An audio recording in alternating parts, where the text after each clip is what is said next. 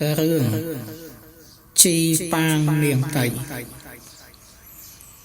ក្នុងសម័យនោះគឺខែរដូវស្រូវទុំអាប៉ាងក៏ទៅដេកចាំស្រូវវាទាំងយប់ទាំងថ្ងៃមានចាប់បៃមួយទៅផងវេលាថ្ងៃឡើងវាមើលថែទាំស្រូវដល់ពេលយប់ទំនេរតាំងដេញចាប់បៃហើយស្រែកច្រៀងផងលុះរាល់យប់ទៅមានខ្មោចស្រីក្រមុំម្នាក់ឮសូរសំនៀងសៀងចាប់បៃពីរោះពេកណាស់ក៏ដើរទៅស្ដាប់អង្គុយអាំងភ្លើងក្រោមខ្ទមអាប៉ាង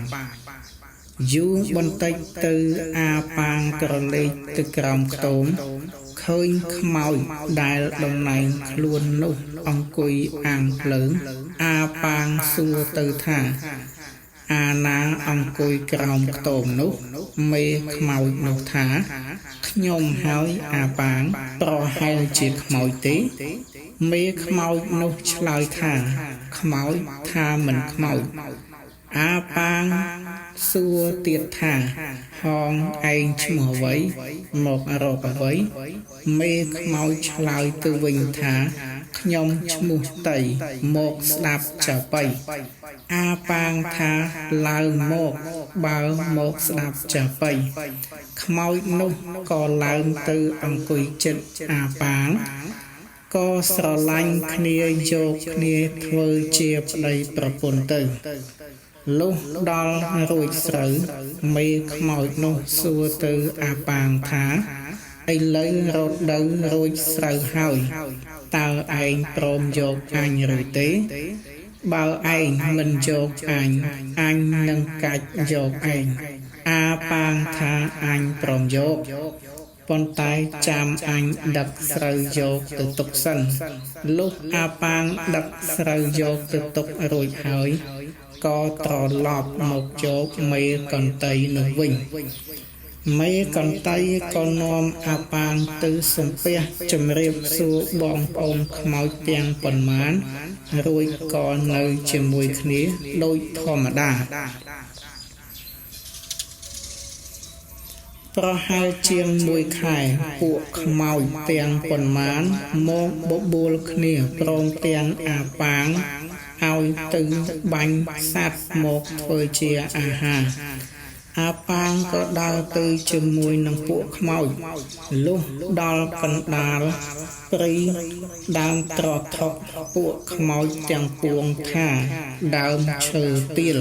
បានហើយប្រទះកង្កែបមួយខ្មោចទាំងនោះស្រែកថាប្រយ័ត្នវើយកនយើងដំរីធំទៅហើយអាប៉ាងឮគេស្រែកដំរីនោះក៏ប្រឹងរកមើលមិនឃើញដំរីសោះ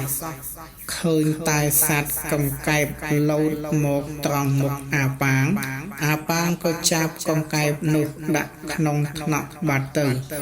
ហើយពួកខ្មោចអស់នោះចេះតែស្រែកថាប្រយ័ត្នវើយដំរីស្ដមួយធំណាស់